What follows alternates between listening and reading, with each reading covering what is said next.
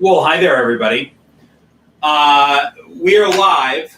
For those of you who have jumped in early, thanks for being here early. Can you please put in the comments whether you can hear me or not? Is my sound working? And while you're doing that, I'll play the theme song. I'm going to rephrase that.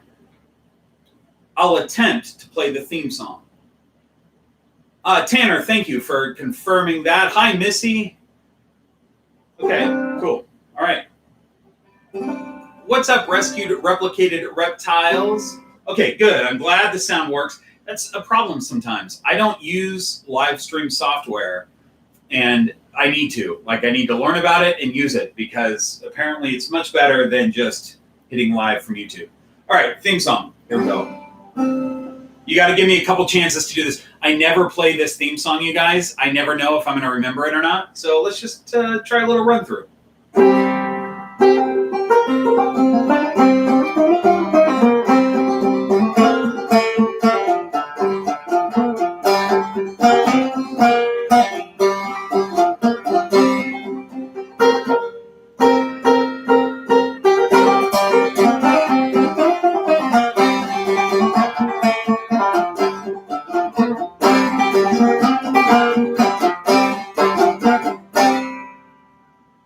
That's as good as it's going to get. And that's all the time we're going to spend on theme songs. So what's up, Scott? Good to see you, man.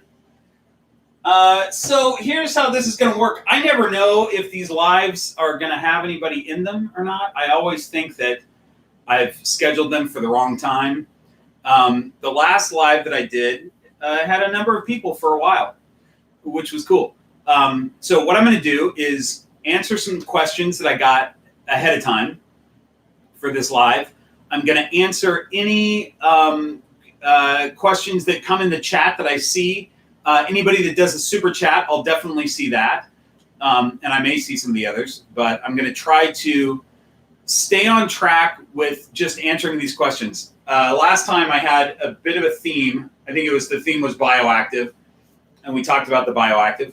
In this one, I'm going to show some snakes because I had a request to show my collection. So I'm going to show some of them because some aren't available. And I'm going to answer some questions. And I'm going to do a Scotch tasting. And we're going to start with Lagavulin 16, which is a lovely Islay Scotch. Isla Scotch. And that's how this is going to go. We're going to go for about an hour. By the way, some of you who watch my videos might think that you're watching Future Bob right now because I have the fancy hat on, but watch this. It's just me. It's just regular Bob in disguise. See how that disguise works? I'm just in the Future Bob hat, but it's really me underneath this hat. So here we go. First, Lagavulin, Sláinte. Look at this, you guys. Look at my... Can you tell that it's got the logo on it? It's my Green Room Python Glencairn glass. That is lovely.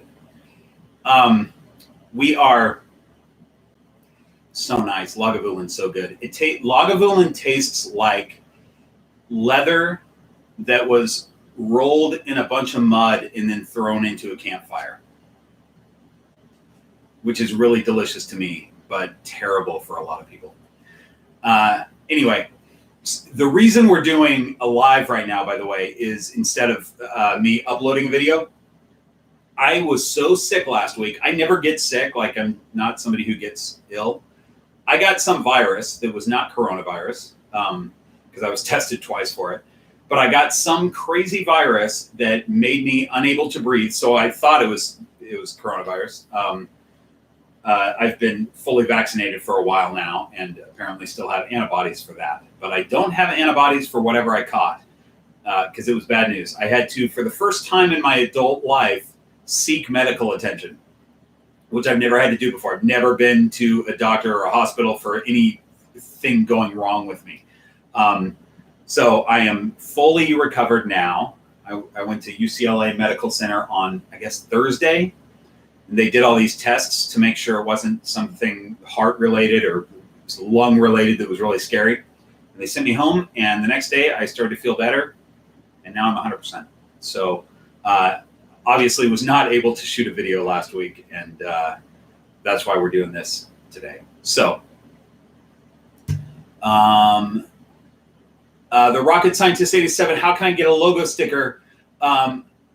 I love the, thanks. I'm glad you like the logo. So the sticker packs, I've got instructions under all of my videos, including this one, because I think it just automatically goes up on how to get a sticker pack. Basically, the situation is this. Any donation to the channel of $5 or more will get you a sticker pack. And I've got, I think, 3 stickers that go out along with a little signed card. So I say $5 or more because it cost me about $5 to send those out, and I'm happy to send them to anybody. My Venmo and PayPal info is in the description below, so that's how that can be done.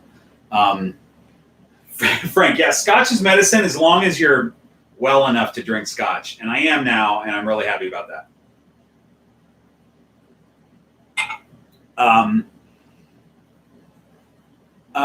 Ravis Ursus, how is Lucille coming along? Lucille's coming along really nicely. In fact, hang on.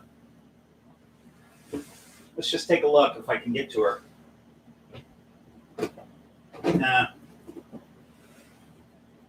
I can get to her. Hi, pretty girl. Hi, pretty girl. Lucille is all pink because that is what happens when pieds go in shed. So Lucille, I'm hoping, is about to have a pre-ovulation shed. That is my hope for Lucille, but I don't know that that's going to be the case. She is not as far along as far as her, I want to call it a pregnancy, but that's the wrong word.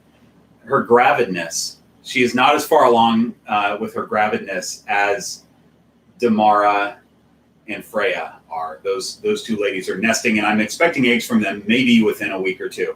I'm going to put Lucille back. Hold on one second.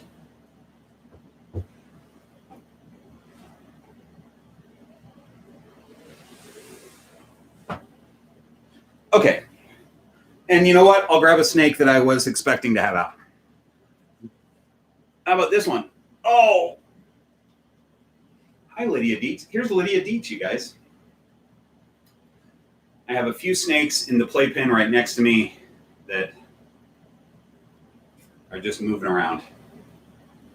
And by the way, you guys, this is a good tie-in. I'm going to start answering questions in a second, but this is a great tie-in for the Scotch tasting that I'm having, because in my playpen, I keep the sleeves, the Scotch sleeves. So what I do is I have a bunch of foliage that I just keep inside these things, as like that's just how I keep, and then I open these up and pull the foliage out, so they have a ton of foliage in there. But then I usually have these open, and so these can be natural hides that a snake that's this size can fit into really nicely.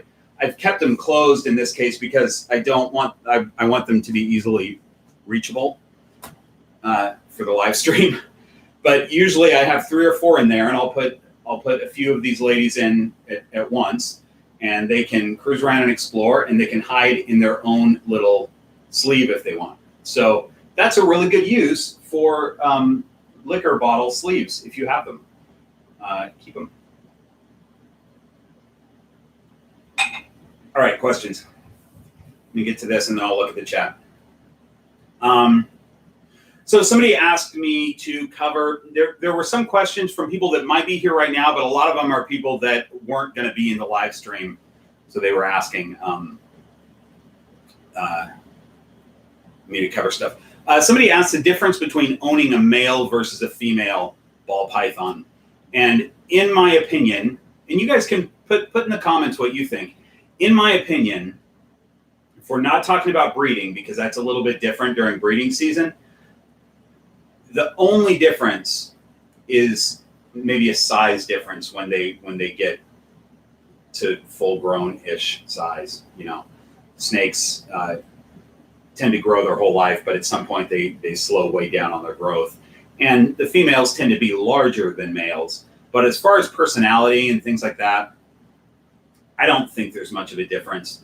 I will say that in breeding season, a male will be a little bit maybe more, I guess, flighty or not wanting to be messed with a little more. And then the females during breeding season don't want to be messed with because they're trying to build follicles and such like that. But it doesn't really matter. A lot of people get a snake, what gender it is, and that's okay. It doesn't matter. Name it whatever you want to name it. It can be a gender neutral name or a gendered name. It doesn't matter. There's a lot of people with a female snake named Monty, so whatever, doesn't matter. That's what I think. Let me look at this really quick. Yeah, you know what? The rocket scientist t-shirts would be so cool, and I keep threatening to have t-shirts, and then I don't do it, and that's me being lazy. So I apologize, everyone. It's a matter of I have to look into this, and I've got to figure out the most cost-effective way of doing it, because what I could do is do one of those companies where you just order the shirt from the company, and it's made to order, and they send the shirt to you, and they send me a couple of bucks or whatever, which is fine, and it would be easy to do. But I like to have the hands-on experience of sending something to somebody. Those of you who have gotten sticker packs from me know that I write a personal note on every sticker pack that I send out. And I would like to continue to do that with the t-shirts.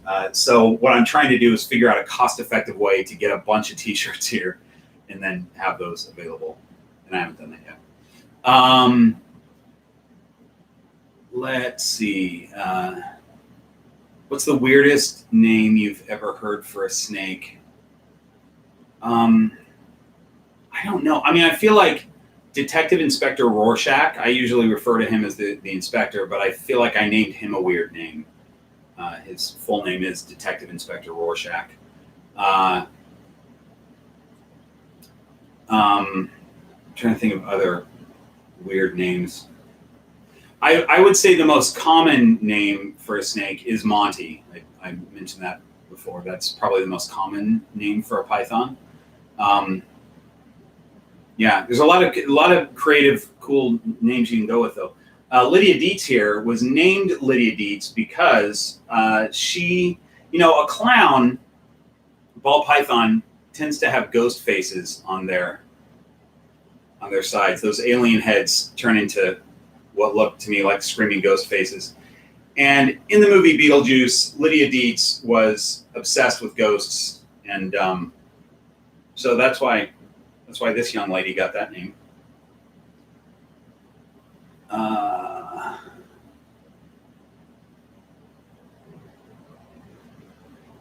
You're naming yours Cowboy Rascal. That's great. I love it. Yes, Jane, you caught on to that. You like the ghosts. Rescued replicator reptiles. I have a bell named Lucy. That's a great. That's probably a pretty common name for a blue-eyed leucistic. And a good one. Yeah. Okay. Let me keep going on this. So this is a great question that somebody had. They wanted me to talk about frozen vendors versus getting your frozen thawed at Petco versus small stores. What vendors to buy from? I had a couple questions about that. And here's just my thought on this. I'll tell you where I get my feeders, and then I'm going to give you my unexperienced thought on some of the others, and you guys can take it for what it's worth. I have two sources that I get mine from. Lane Labs, which is here in California. It's not too far from here. And Cold Blooded Cafe. They're both great. They both send me lovely, packaged, healthy meals for my snakes. And I haven't needed to order from anybody else because they're easy and it works. Here's my feeling on buying those little pre-packaged things from like Petco or whatever. And again, I've never done this before, so I could be totally wrong. But my guess is that they're buying from a huge breeder of these things that sells them to all the box stores all over the place. And I don't think when you're one of those breeders that's just gonna have single packaged rats at Petco, I don't think they're super concerned about the health of their rodents. That's just my thought. So I wouldn't want to buy from a Petco or something like that, just because it just doesn't seem like they don't have to care about the health of the rats. They just whatever. They're just going to throw it in a package and freeze it, and it's going to Petco. Also, hang on, let me just see. Yes, Jane, I know you're in the UK. Anybody in the UK that's watching this, I appreciate you sticking around for it. Rascal, thanks for being here.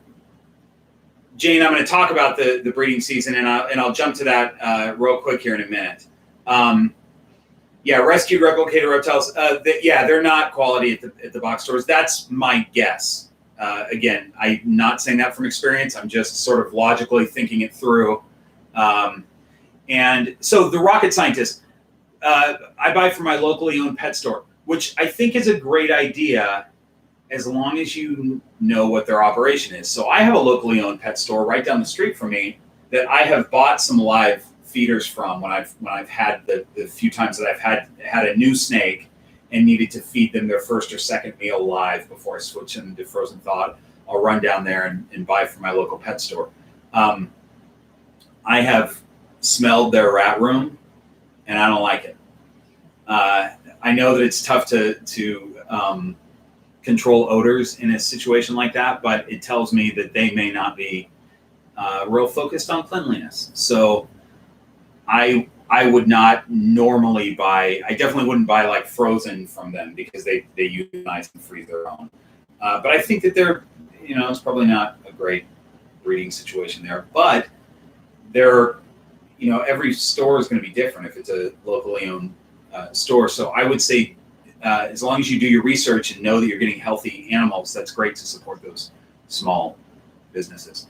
But if there was one person that was getting their first snake and they wanted to know where to order from, and so I'll say this: if you've got one snake, you're going to put an order in, and you're going to pay a lot for shipping because they're shipping it with dry ice, and it costs a lot. So you either need to find a local place to get rodents from that's cost effective, or you buy a bunch that you're going to keep in the freezer for 6 months. Buy 6 months worth of feeders that you'll keep in the freezer. And again, a lot of people buy from Rodent Pro and like them. I haven't used them, but I'm sure they're fine. They're probably the biggest one.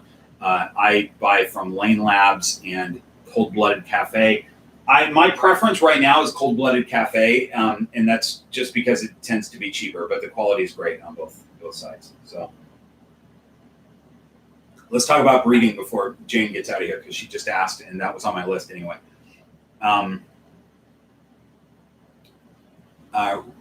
Real quick, rescue replicated reptiles. I've opened up feeders by dissection. Lane Labs looked best. That's interesting.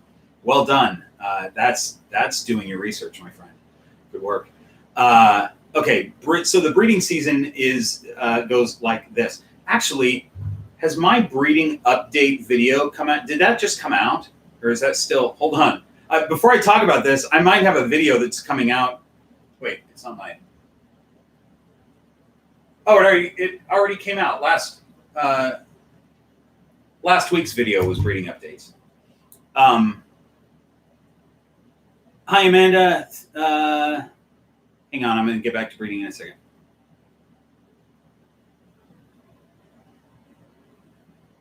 Yes, regarding a heat lamp that doesn't give off light, that's called a CHE, a ceramic heating element, and that's what you're looking for.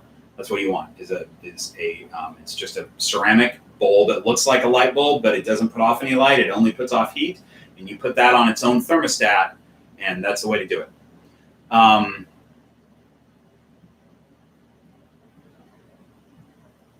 Let's see.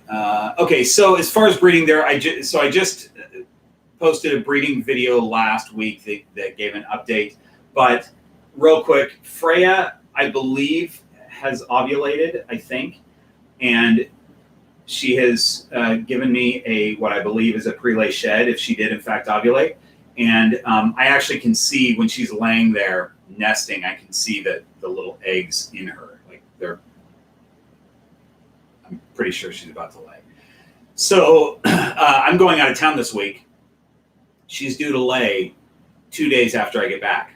So she might lay while I'm gone, possibly. I hope she doesn't. I hope she waits till I get back. And then I think Damara is not far away from that either. I'm going to have two probably fairly large clutches. Those are two big snakes, and I'm going to have them at about the same time, I think, within at least a couple weeks of one another, I believe. And then we'll still see about Lucille. I think she's probably going to go this year, but I don't know. I palpated her the other day, and I felt follicles, or what I thought were follicles. But because this is my first year and I'm not good at it, I could also just be feeling guts or something. But I think it's follicles. I'm relatively sure, but who knows? All right, that Lagavulin is so tasty, you guys. I'm putting Lydia Dietz back. I'm going to trade her out for, hang on.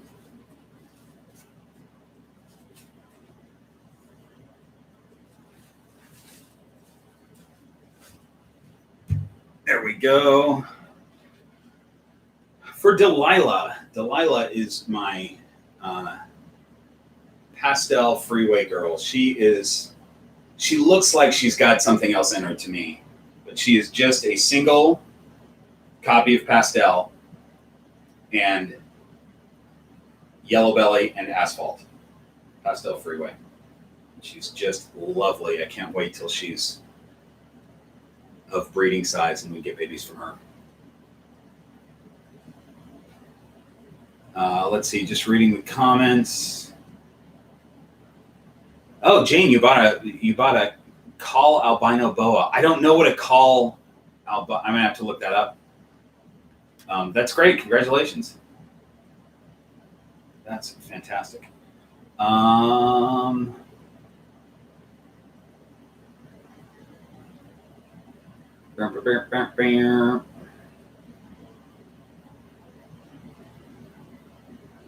Yeah, so you let 3 of your girls incubate on their own regularly. That's a cool thing to do.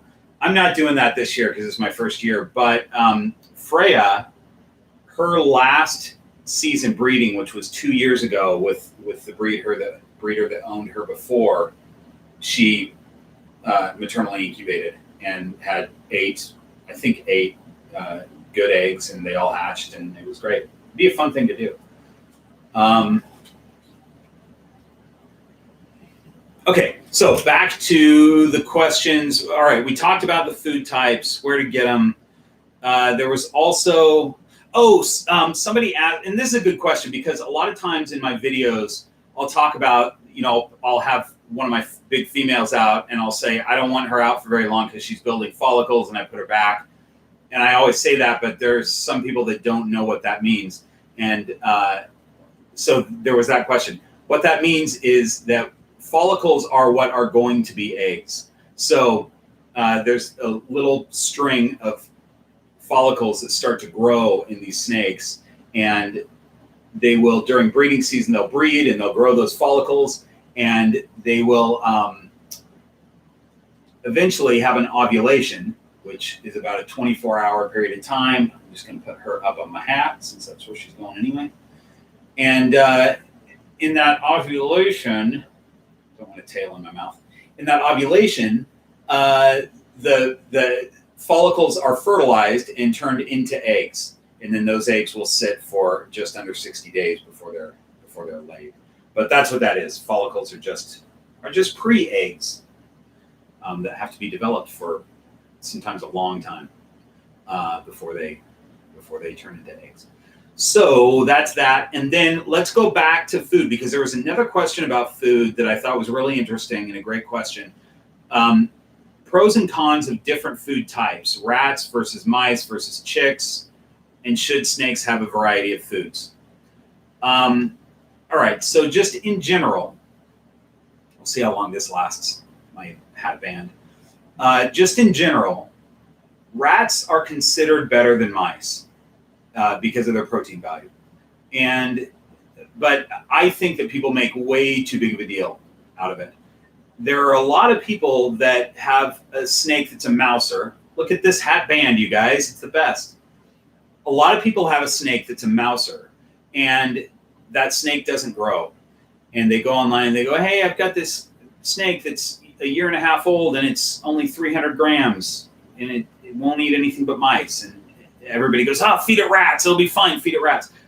The problem isn't, it would have grown on mice if that person had fed it enough. The problem is that mice are smaller.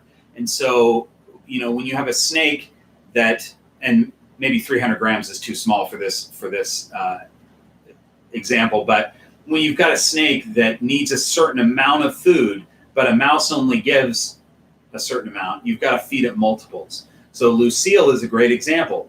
My pied, she's off food right now, but she's a mouser when she's on food. She's a 1,700 gram female, and she's got no problem putting on weight with mice, but I have to feed her several jumbo mice at a time to get her to that. If all I was feeding her was one mouse a week, she would not be up to size.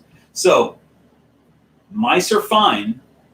Ball pythons can be totally healthy and get up to size on a mouse, despite what so many people think and say on the internet. Rats are better. They're more nutritious, and it'll be cheaper for you because you can feed one rat versus multiple mice. If you can get them to eat rats. So I prefer that my snakes eat rats, and as soon as Lucille is out of breeding season, whether she lays or reabsorbs those follicles, I'm going to try to switch her to rats because I would like her to eat rats. But if she doesn't switch, it's not a big deal. She does just fine on mice. Chicks are not as nutritionally dense. I would stay away from chicks. To answer the question, should snakes have a varied diet? Yes, I believe that snakes should have a varied diet. Most of us are talking about ball pythons. And the problem with a varied diet with ball pythons is they can get stuck on a certain food and will only eat that food. So the best way to avoid that is to get them on rats if you can and keep them on rats. If they were more like, let's say, a reticulated python where they'll just eat anything, it would be great to be able to just feed them a bunch of different varied things. But they're not. And you risk having a snake that won't eat anything but gerbils, let's say, or something, something that's kind of weird and hard to get. But you fed them a few of those, and now they're stuck on them. So you got to be careful about that. I would say with ball pythons specifically, get them on rats and try to keep them on rats if you can. And if you can't, mice are a good second. Or African soft furs, which I don't use. I'm in California and they're illegal here. But a lot of people like African soft furs for their snakes. And snakes tend to like them. By the way, guys, on that subject, I'm going to do a whole video on this, but I ordered some Reptilinks for my Super Dwarf reticulated python because I'm trying to get her to eat those, speaking of varied diets. And along with that, I ordered from that company ASF juice. So it's a little vial of African soft fur juice. I don't know what that means. I don't know if it's the pea or what it is, but Molly Malone, who is right here, Molly Malone had refused her last 3 meals, which is weird. Molly used to be a big eater. She would eat anything I put in front of her, and then all of a sudden she started refusing. So last week I tried this. Oh my gosh, look at how cute this little face is. Last week I tried the ASF juice and it worked. She went right for it. So who knows? Maybe she was going to go for the 4th meal anyway. And I've only tested it once, but I recommend it if you have picky snakes. Grab some of that ASF juice. Again, I'm going to do a full video on that, but there's an inside little pre-video tip. Let's see. All right, let me look up here to see if there's anything I'm missing up here. And then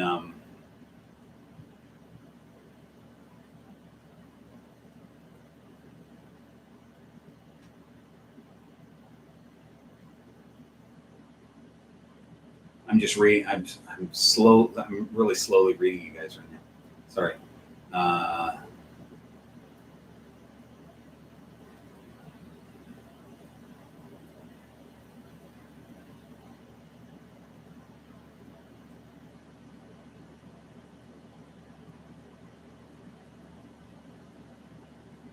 Okay, bye, Jane.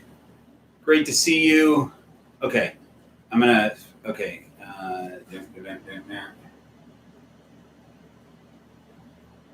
Is it horrible quality video? It looks good on my end. Is it really bad on your end, you guys? Storm VR says horrible quality video. And it could be. You never know. Again, I'm not using streaming software, and I think streaming software is a good thing to have. I think that helps with the bad quality video stuff. Let me put Delilah back here real quick.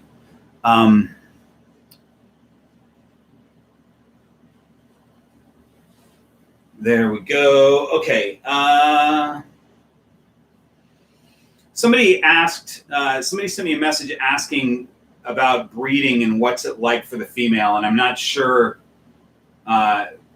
specifically what that question was about, but I will say that during breeding season, which lasts months, the females are pretty much in their enclosure the whole time, doing their thing, building follicles. I try to let any snake that looks like they want to explore, I try to let them out. And my 3 females that are breeding right now hardly ever are out wanting to come out.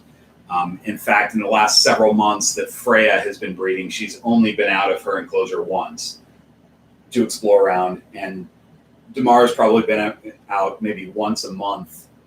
And Lucille as well. So I let them come out and explore around a little bit, and then I put them back. I'm not trying to take them out or mess with them or anything. So during breeding season, those breeders are generally left alone, and same with the males. They're, you want to kind of leave them alone too, even though I do pull them out briefly for videos, occasionally. Let's see.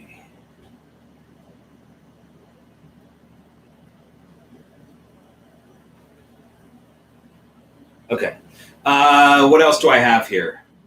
You know what, you guys? I'm still on my. I was going to do a Islay Scotch whiskey tasting, and I'm not very good at it because I'm still on my Lagavulin here. Let me get through that. Put in the comments? Does anybody watching right now drink Islay Scotch? It's Islay Scotch is what people who don't drink Scotch think that Scotch tastes like, but most of it doesn't taste like this. But it's super peaty. It tastes like the earth, and it tastes like a campfire. Really strong, peaty, earthy Scotch. Oh, good, Storm. You just got your first ball python at Reptilian Nation, Colorado Springs. I bet that was cool. Oh, good. I'm glad that you're enjoying the videos. That's fantastic. I love that. A lot of people getting their first ball pythons. My guess, Storm VR, is that will not be your only ball python. I'm guessing you'll end up with more, just because I can see into the future. All right, let's see if I'm missing anything. So, all right, so here's another thing that I just wanted to cover, because this wasn't a question specifically for this live, but it was something that's come up a few times. I'll get questions from people where today there was a question from somebody who had their first ball python, brand new, and they were trying to figure out how to get the heat up through the substrate, because it was, they had their heat mat set at 90 or whatever, and it was only probably 82 or something at the top of the substrate. So what I told them is to just, move the substrate over, clear it over so that the snake can sort of sit near the glass. And the concern was that you're not supposed to mess with your snake for a week. That's the rule, is once you put your snake away, you don't mess with them for a week and you let them acclimate. And that is true. You kind of do want to do that. However, it's not such a hard and fast rule that if you touch your snake, it's going to die or something. And a lot of times you do have to, scoot your snake over so that you can mess with something or pull your snake out to do something. There's not a lot of reasons that you would need to do that, but same thing with handling them after they eat. In general, you don't want to take them out and play with them right after they've eaten. But if they've eaten a meal and you need to pull them out to clean something or to do something, that's going to be fine. It's, unless you have a really super frightened, like, hatchling that just is stressed over everything. And you kind of have to know your snake a little bit. But in general, picking up and pulling out a snake for a brief moment, or moving a snake for a brief moment or whatever, is not going to stress them out enough to cause a big problem. We see breeders a lot pulling a snake out to show, I'm talking about the bigger breeders like Billy or whatever. We'll pull a snake out and show it, and they'll go, oh, I gotta put this one back. It's got a big meal in its belly.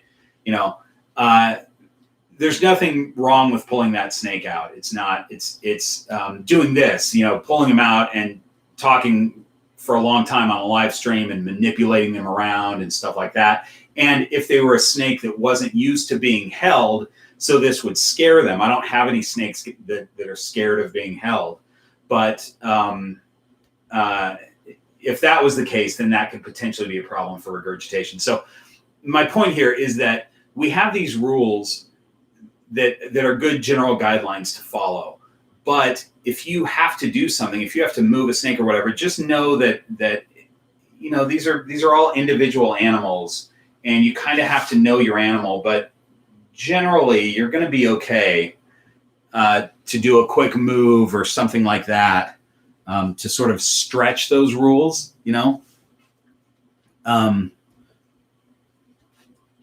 So I just wanted to mention that, because I think people hear these rules and they think that if the snake is messed with at all, it's going to cause it to crash and die. And they're not that sensitive.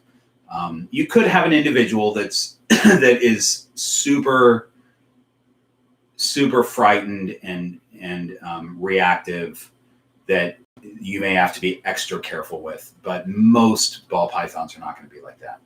So I just wanted to say that. All right, let me read through this really quick. I think I've pretty much done it for the questions that have them beforehand.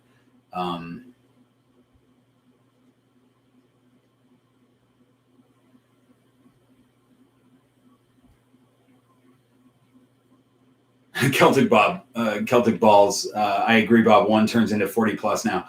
Yeah, that happens. I don't have 40 plus. I do have 10 though, and I've gotten into another species. Do you guys want to see my other species? I'm gonna pour a bit of Lefroy Select. Lefroy is my favorite Isla Scotch. It's kind of my go-to because I don't want to say it's inexpensive, but it's relatively inexpensive compared to some of the others, and it's easier to get. This is the Lefroy Select, though, which is, I don't know, something different. Maybe selected by the distiller or something. Although you would think that any Scotch would be selected by the distiller, right? Hang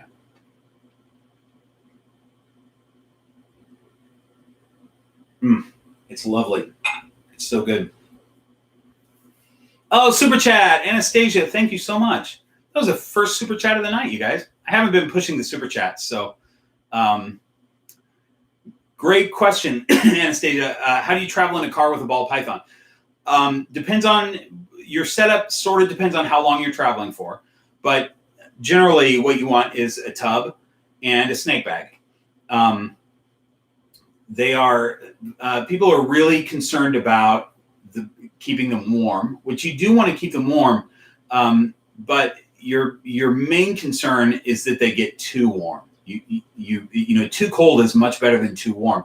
That's why when you order a snake off Morph Market or whatever, and it comes in FedEx, a lot of times that snake feels cold, and people are really concerned with that. That's okay. The snake can totally feel cold. That's all right. If the snake got too warm, if there were too many heat packs in there, and the weather was really warm, and it was warm in the truck, and that snake got up over 100 degrees.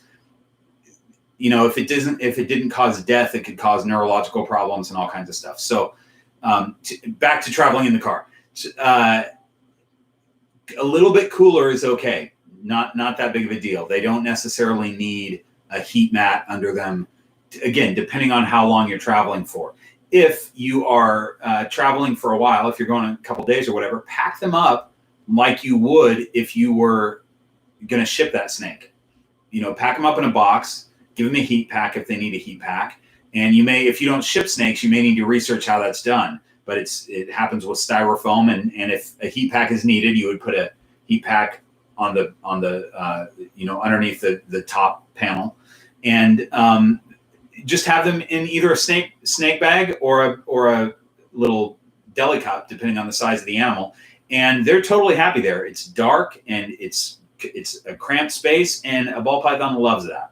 So that's the way to do it. Zen Bliss, how do you get the heat through the substrate again? I may have not finished my thought on that because I tend to go off on tangents, so I'm glad you asked. The way you do this is you're not trying to heat through the substrate, because that doesn't work. What you need to do is let the animal be able to get down to the bottom. So there's two things that can be done here. You can either move the substrate away, and I'll give you an example. The inspector is in a bioactive enclosure with 6 inches of substrate, and I've got an under tank heater, basically, under enclosure heater. That would never heat 6 inches worth of substrate. So I have a subterranean hide for him that goes all the way down. He sits on the glass at 90 degrees.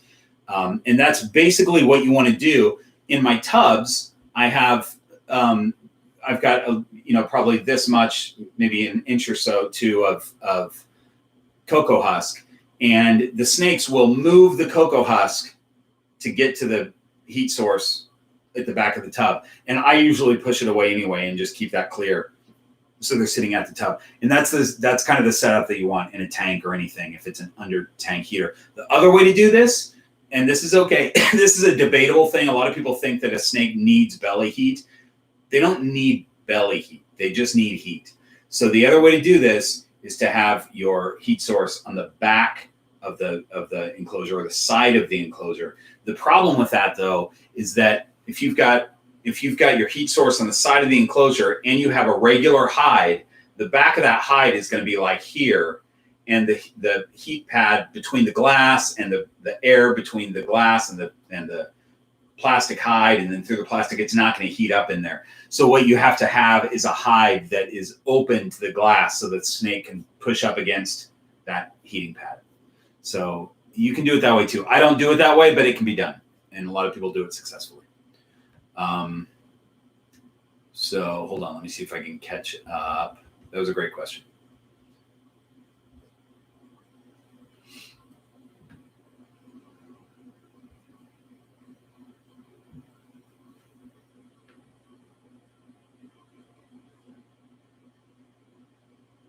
That's great. Zen Bliss. So Zen Bliss is saying my hatchling isn't striking at a frozen thawed or wrapping. I have to leave it in the enclosure, and she'll push it down her throat by pressing it against the bottom and pushes it down from the top. That's great. No, you should not be worried. That is a snake that does not need all the pomp and circumstance of pretending that the prey is live.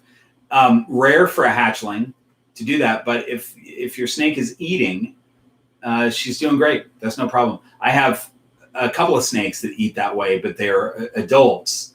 And, a lot of times by the time they get to be adults, they're just like, leave it on a plate for me. I'll get it when I get it,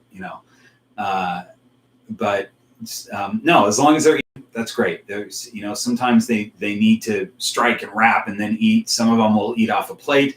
Some of them eat butt first. I've seen that question a lot on Facebook lately. My snake's eating butt first. What do I do? How do I pull it out of its mouth? Don't do anything. It's going to take longer, but they're going to be fine. They eat butt first sometimes in the wild. No big deal. It does take longer, though. I think it's because the fur is facing the wrong way, so it takes them longer to get it down if they go butt first. But it works. They can eat it.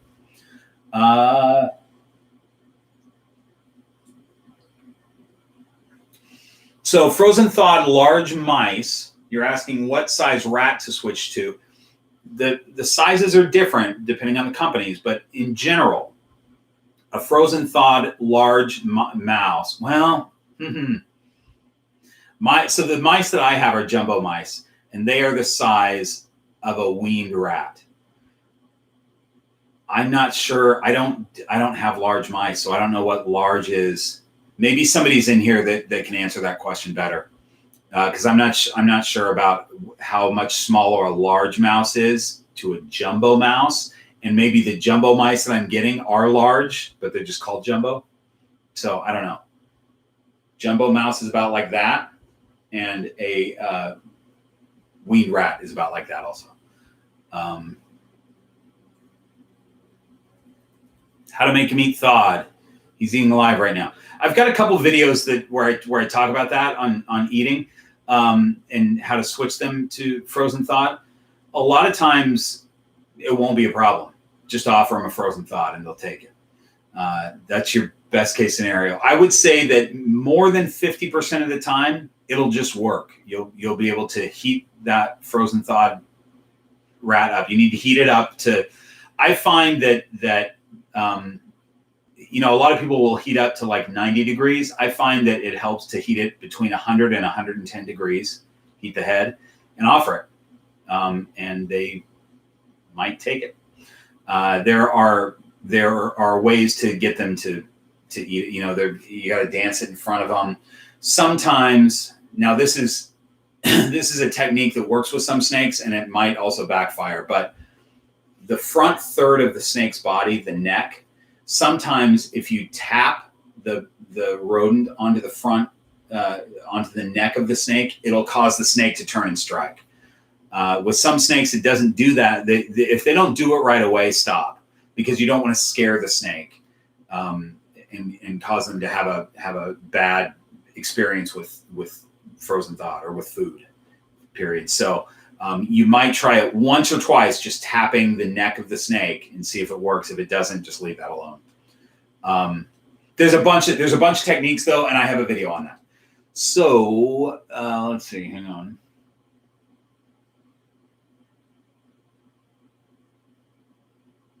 Oh, I said new species, and then I didn't do it. Hang on. So Echo is technically out of quarantine right now. I'm gonna still do all this, still do all the procedures. I've got places in my house that Echo can go that the ball pythons don't go, and vice versa. And I'm gonna keep that up for a while, even though she's out of quarantine. Echo is my brand new 3-month-old super dwarf reticulated python, and she is fantastic. We're gonna spend a few minutes talking about her and the difference from what I've seen so far between ball pythons and reticulated pythons. But let me just sort of try to catch up. Probe goes outside the tank, in between your heat mat and the tank. That's your probe placement. If you're doing it if you're talking about for a heat mat, if it's for a CHE, then it goes inside the tank, and you got to experiment a little bit with placement.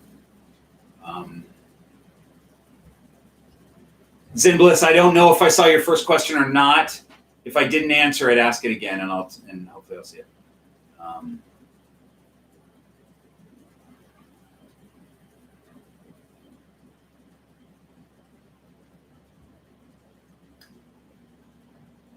Are we ever going to see Kent handle a snake? Man, I hope we do. I really hope we do. He's a ways away from it, at least. But he's got a puppet snake at least now, which I think is baby steps for Kent. Yes, new species. Here we go. Give me 1 minute. See where she is. Oh, she's out.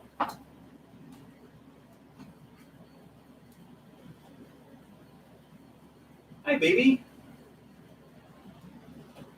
Hi, baby. How are you? You were ready. You were ready to come out. You were ready for it. So here's Echo. She is, in my opinion, the cutest little super dwarf reticulated python in all the land. Look at that. Look at that little nose. Look at that little face. Hi,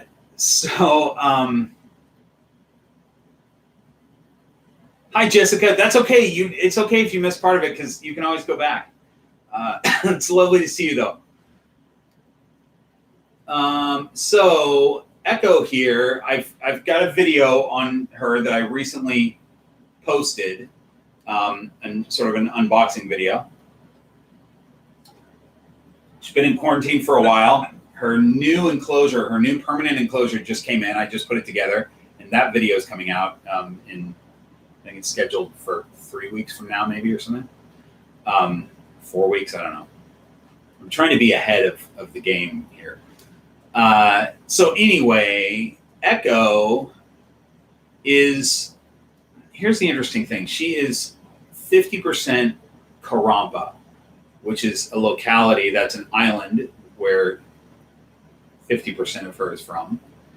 And it's the rarest of the super dwarfs and the smallest of the super dwarfs. Just the tiniest little reticulated pythons live on this little island. And there's a thing that people say about the personality of Karompas that they never bite. And I've certainly found that with her. She has never even expressed, I've never seen fear from her or anything, only curiosity. She comes out, she comes onto my hand. I think that, I don't think that she necessarily puts together that her hand means me or that my hand means me. But she is used to this hand that's often offered to her. And so what I try to do, oh my gosh, look at this, you guys. So cute. What I try to do is give her new experiences, take her outside, take her to different parts of my house, things to crawl on and whatever, so that she gets some different new experiences.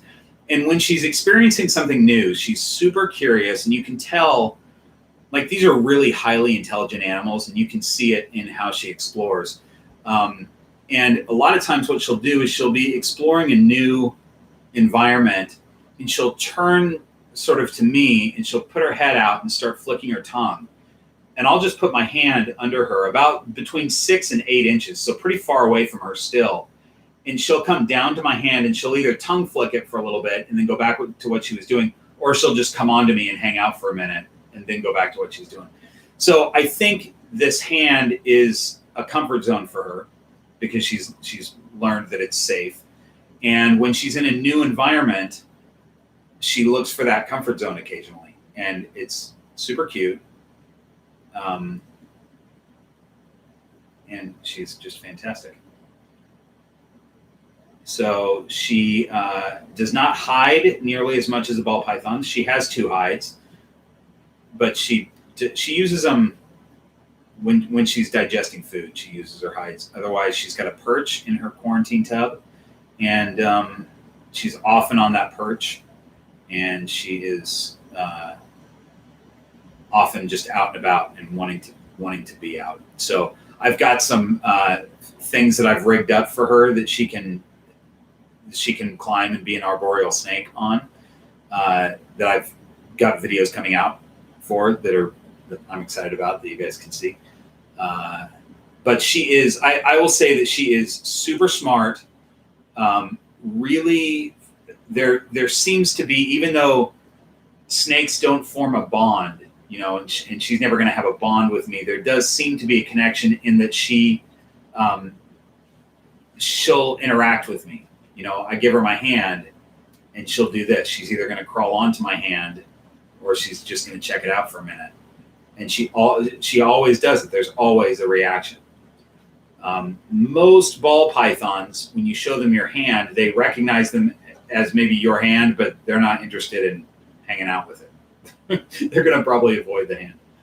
So, all right, let me try to catch up as we see this cute girl exploring my hat.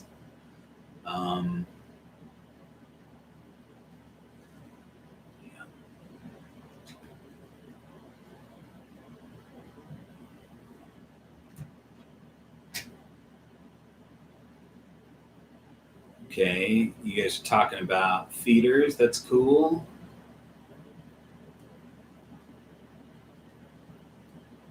Right, frozen thawed versus live. Everybody has their own situation there. That's cool.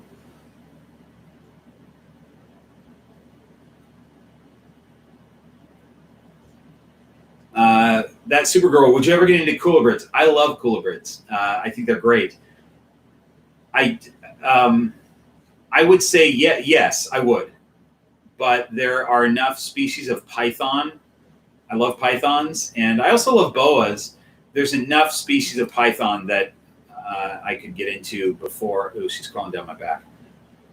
Before coolibrids. But I do love them. I also love lizards, you guys. I would get into everything if I had the room. Here's the thing about a 100 gram, an almost 3-foot snake that's 100 grams.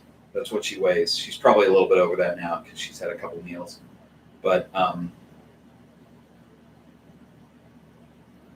she's had more than a couple meals, but still, she's not much over 100 grams. But she's almost 3 feet long, you guys. This is a long, skinny snake. And the thing is, you can't, like, she could be crawling down my back and I barely feel it because she's just so tiny. Oh, Tanner, thanks for the super chat. I appreciate that.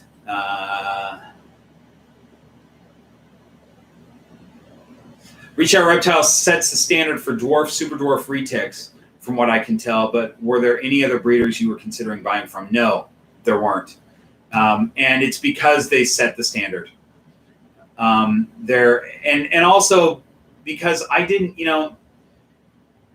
I tend to research like crazy, like more than most people do when I get into anything.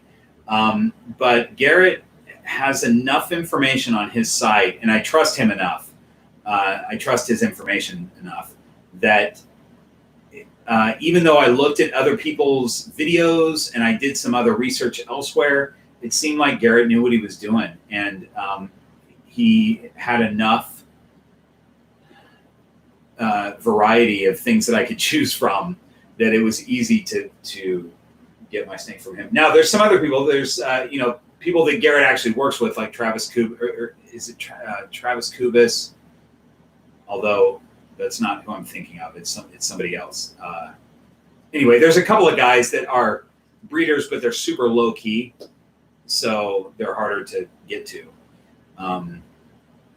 But the thing about super dwarfs is the bloodlines are really important with these. It's not like ball pythons where you just have the genes and you got to either trust the breeder that you've got some good recessive genes, or you look at the snake and go, oh yeah, that's a visual clown, or that's an orange dream, or whatever. With super dwarfs, size is a big issue. And man, you can look at, there are people on YouTube that are like, look at this is my super dwarf reticulated python, and they pull out this 90-pound snake. And yeah, it might be 50% super dwarf, but it's 90 pounds because the father was super dwarf and the mother was a mainland, and the breeder, wanted to get 50 eggs, so they, bred a male super dwarf to a female mainland, and all the babies are now taken after the female. So they're still a massive snake. So you've got to be, I think with a super dwarf reticulated python or a dwarf, you've got to know the breeder, and you've got to look at how cute she is. You've got to know the breeder and trust the bloodline. Like, I've got photos of the male and the female, the mother and the father. The mother is sitting in a little baking pan with a $5 bill on her. She's just tiny, and the father is 100% Karamba. He's even smaller. So I know that her bloodlines she's going to be little, And I'm not going to overfeed her either. I'm not going to overfeed her or underfeed her. I'm going to try to give her the exact, nutritional needs for her body. and let her genetics determine her size. And I think she'll be around 7 or 8 feet, which seems like a large snake if you're thinking about ball pythons, but think about a body, thickness of body that's like this. It's 7 or 8 feet. She's still going to be this type of, length to width. So curled up, she'll be like this. Hopefully, I think, anyway. Great question, Tanner. Let me see what else I've missed here. Do you trust Morph Market? Good question, Missy. Yes, I totally trust Morph Market. Morph Market, though, is a platform designed by, forget his name, but a really great guy who's doing some great things for the reptile community. But it's a platform just like Craigslist. So it's not, I don't trust or not trust Craigslist. I've got to trust the buyer or the seller that I'm buying from. So if I buy a snake off of Morph Market, I'm going to give her my hand for a second and awkwardly talk like this. So that's what she does. She kind of seems like she's looking for my hand, and then I give it to her, and she does this. So if I'm looking at a snake that I'm interested in off of Morph Market, I just did a video on this where I talk about it, but I'm going to do a lot of research on that person, and I want to talk to them. I want to look at their ratings. I want to look at their website if they have one. I want to look at their Facebook if they have one. And I also know that if it's a breeder, if I can verify that they're a breeder that's been around for a while and people are buying snakes from them, your reputation, you kind of live and die by your reputation. So most of these breeders want their customers to have a good experience, and they'll do what they can to provide that. That being said, there's also scammers, and there's also like one-time sellers. So, somebody that might have a small collection that they're looking to just get rid of, and they've never sold on Morph Market before, and they don't know how shipping works or whatever. So you've got to be a little bit careful and do your research on the people that you're buying from.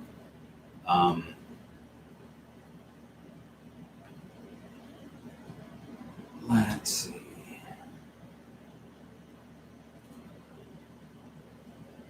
What's your suggestion on lighting at night when I'd like to watch the snakes? Quick cop, my suggestion is to not have lighting at night, really, just because your snakes can see any light regardless of the color. There used to be a thought that they couldn't see red, or there a certain color of light that they would be blind to, and it's found that that's not the case. So you want the snake to have a normal day and night cycle, and when people provide like a red light at night, it doesn't give them that cycle. And it's even, people go, oh, well, it's like moonlight, and it's not like moonlight. Moonlight is way dimmer than what a red light would be. So that's a tough one. If nighttime is when you want to look at your snake, I'd bring them out. I mean, that's a good time. They're up and about. Then I'd maybe bring them out for a little bit and handle them, and then put them back. But you want them to have that darkness because they're kind of used to, living their awake hours under darkness. She really wants to be on this hat. This is a good snake hat, you guys. Nice solid brim that allows the snakes to explore. Tanner, you decided that a super dwarf is your next species you'd like to add to your collection. That was my decision too, and I did it. I do not regret it. I do not regret it at all. And really, I'm sure there are a ton of great breeders out there of super dwarfs, but I don't know them. And so I would say that Garrett is probably your best bet. My goal with these, I do want to breed super dwarfs, but it's going to be a long time coming because they take longer than ball pythons do to grow up. I can start thinking about breeding her at 4 years old, but realistically, she's probably going to be 5 before she can breed. And by that time, I want to have 3 females and 1 male. And I'm going to be really picky and selective about their size genetics. I'm not as concerned with the morph Although there are certain ones that I want to get, but I don't care so much about the crazy morph. I want to be breeding the smallest bloodlines that I possibly can, because I think it's awesome. You know, the cool thing about reticulated pythons is they're super intelligent and they're beautiful, but they're just really personable, intelligent snakes. But the full-size mainlands are unmanageable for most people because they just get so big. And if you have one that's also really reactive, that can be a really dangerous situation. So to have a snake, you know, that same species of snake that's super highly intelligent and you know, reacts with you like this and sort of explores thoughtfully like this, but in a smaller, manageable package, I think is really cool. Okay, let's see. Hi,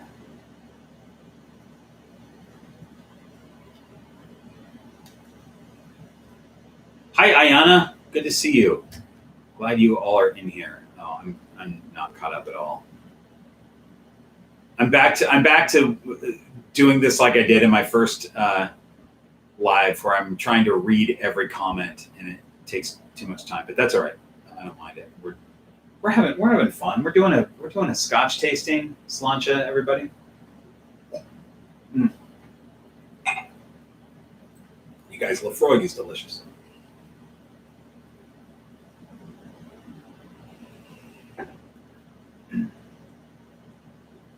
Tanner, yeah, super dwarves within the hobby, I would say super dwarves are very desirable and popular right now, but I think they're going to become more mainstream in the next several years.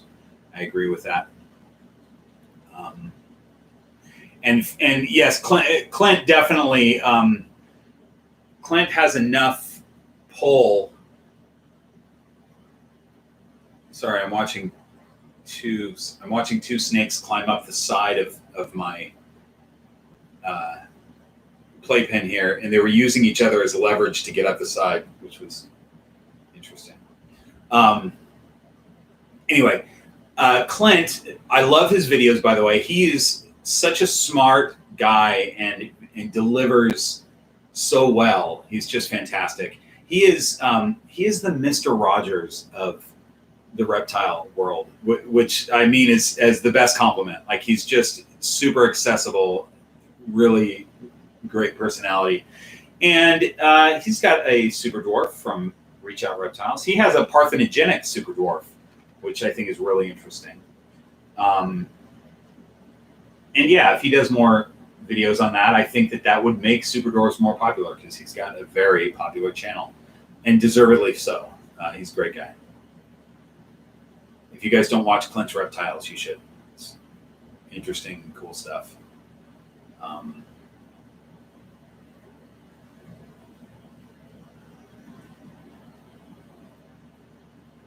Yeah, Quick Cop, you're doing it right. It sounds like ceramic bulbs for heat for your snake. I have my my bioactive enclosure has lights for the plants, and it makes it a nice enclosure to look at during the day. But it's on a day-night cycle, so those lights turn off at 7:45 p.m. and everything is dark in there, and that's when, you know, my snake, if he's coming out that night, he's going to come out sometime between 10 p.m. and midnight and roam around for a little bit. And then her enclosure also has LED light. Right now I have it up and running, and it's just testing the heat for a week or so before I put her in. But she's got some cool LED lighting that's going to make it look great during the day, but that'll be on a day-night cycle also, and it'll be complete darkness at night for her.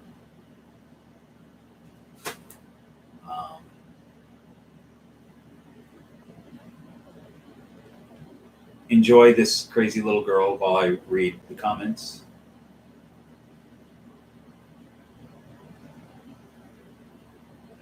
What is full size rescue replicated reptiles? You're asking what's full size? Full size for a super dwarf is, I assume, is what you're asking. For her, she's going to be very tiny. So my guess is around 4,000 grams tops. and 7 feet.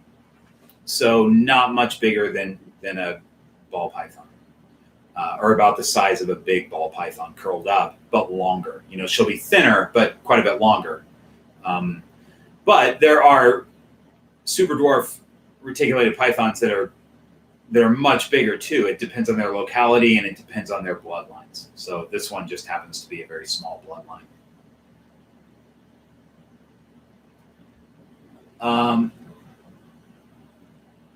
Eliso Aravello, how do you know when they have reached their full length? You don't, because snakes grow their whole life. So there will be a time in their life, depends on the snake, but let's say somewhere between 3 and 5 years, that they're pretty close to full size. And they're going to remain about that size, but they're going to continue to grow. So, 10 years down the road, they're going to be a little bit bigger than they were at 5. And then 15 years down, at 15 years old, they're going to be a little bit bigger. But they won't grow at the rate that they did from hatchling to, let's say, 5 years old.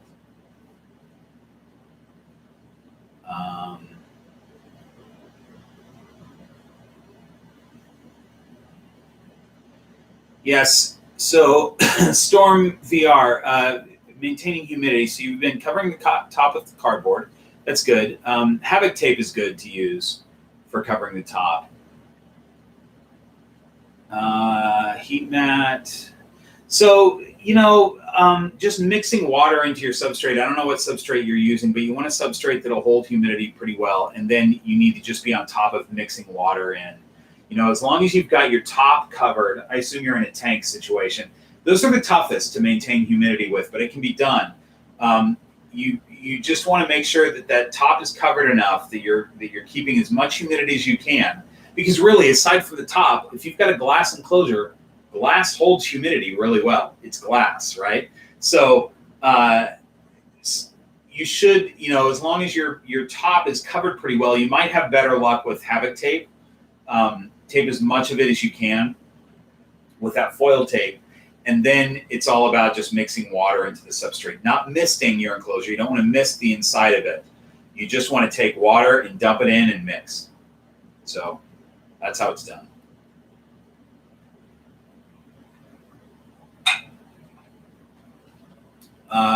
Rescued, you have a dwarf berm. That's cool. Those in my mind, they're pretty rare, but I might be wrong. It seems like they're rare. I just don't hear about them as much. So yours is 8 feet long. Is that how old is it? Tell us about your dwarf Burmese, because that's a cool thing.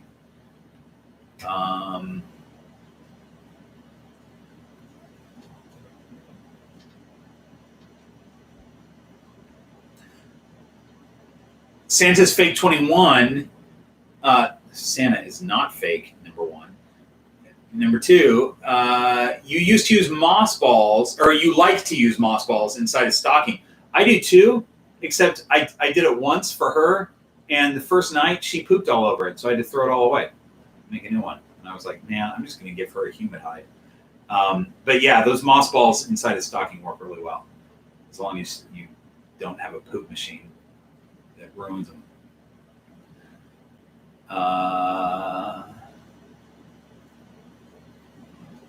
Yeah, Celtic balls. Thanks for covering anything that I don't answer. I appreciate that.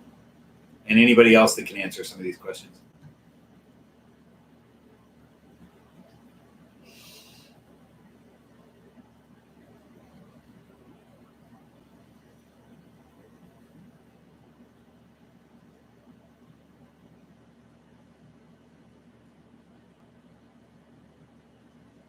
Oh, Brianna, congrats on your new ball python. That's fantastic.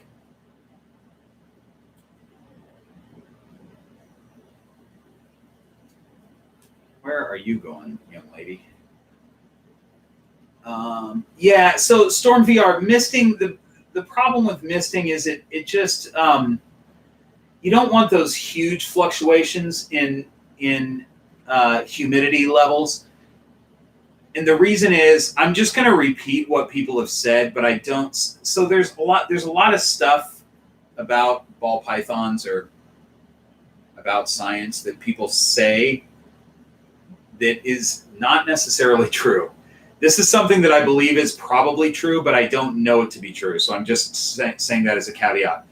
People say that the fluctuation of humidity levels can cause a respiratory infection in snakes. And it's possible. So I avoid it. Definitely a misting system is a problem because those will cause bacteria. And that's known to be true. As far as this fluctuation of humidity levels, going from dry to humid to dry to humid, that could be a health problem for snakes. They say that it is. I've never had experience with it, and I don't know what the science is behind it. So that's why I'm saying this sort of carefully. But it works as good, if not better, to mix water into your substrate because that'll hold. Versus if you misted the whole enclosure, that water is going to stay on top of the substrate and just dry. So mixing it in works better anyway.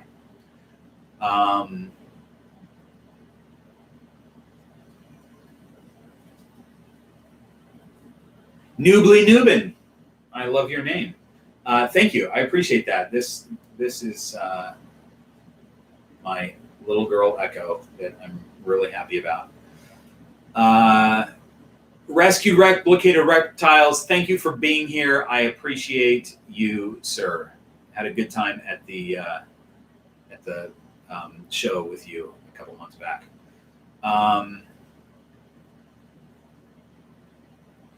Storm VR, human hide is good to just have. I would say with a ball python, if you feel like they need a humid hide, give it to them when they're shedding. But some snakes just like to sit in it, So if you can provide them with one, it might be just nice to have one.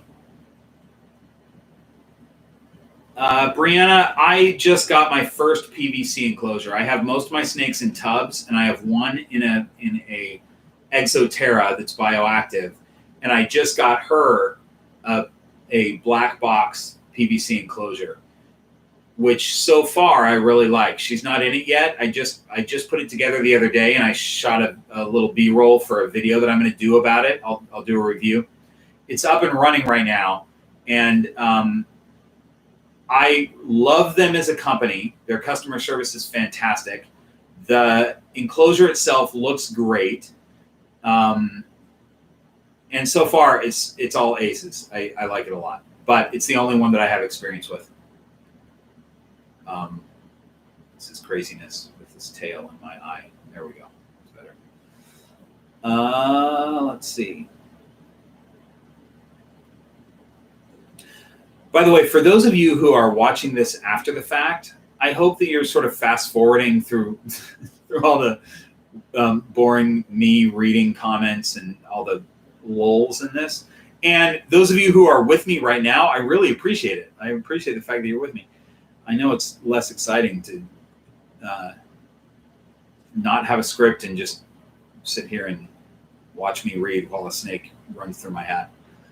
All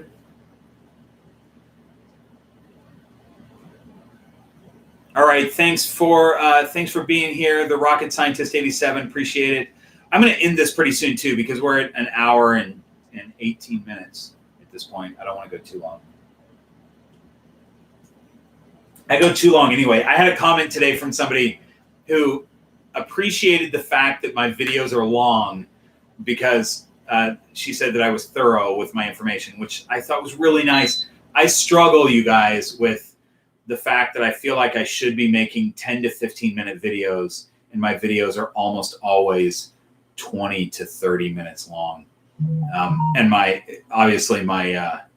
lives are way longer than that.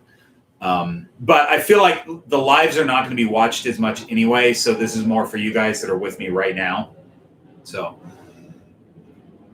let's see. Oh, I'm glad your snake was found, Noobly Nubin. That's great.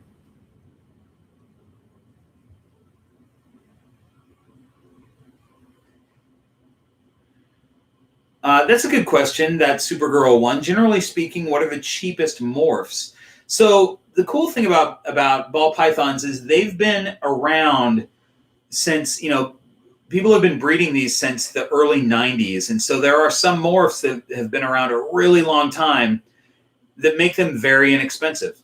So pastel is one that's, you know, if you just have a pastel, that's almost the same price as a normal, but it's also not that much different than a normal looking snake. But pinstripe, like my girl Damara, she's just a pinstripe. She's great big. She's just a pinstripe. If I had, now my guess is her babies are going to be considerably more than that because the inspector is fathering them and he has lots of genes. But if I get any babies that are just a pinstripe, that's probably, I haven't looked at the prices on it, but that's probably $100 snake. And pinstripe is cool. Like it's a really cool morph. So that's one. Inchy is one that by itself is a pretty inexpensive snake. What else, you guys? Jump in with some of the cheaper morphs that are cool. Inchy by itself also might look really cool, and it also might not. Same with Orange Dream.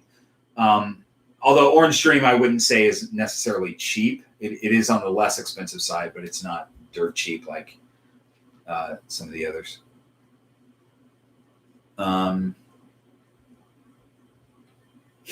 We all watch your videos for Kent anyways. Good. All right. I'm glad you guys are watching for Kent.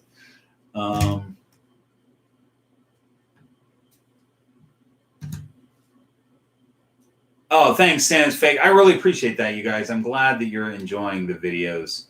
I will keep doing the length that they end up being, I guess. I tend to be long-winded, but I try to edit them enough to where it's a manageable length, I suppose.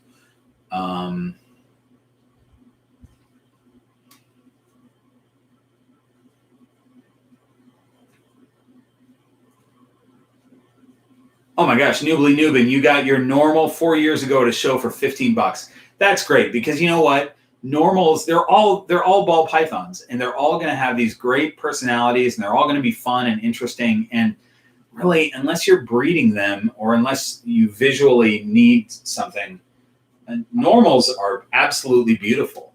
If normal was a morph, that would be a very desirable morph. You've got alien heads. You've got this really cool brown, these browns and caramel colors and stuff. It's great looking. So $15, you can't beat that. Well, I guess you could. It could have been 14. You know, you could have negotiated, I guess. But it's a good deal for a snake. Really good deal. Oh, Lesser, Scott, good call. Lesser is great. Lesser is a really cool, and Butter also, Butter or Lesser, same thing. Really cool morph that you can get for pretty cheap by itself. Now you start stacking these, you know, a Lesser pastel pinstripe, you know, those are a bunch of inexpensive morphs. When stacked, they're going to be a little bit more expensive. But by themselves, these are some that are really good.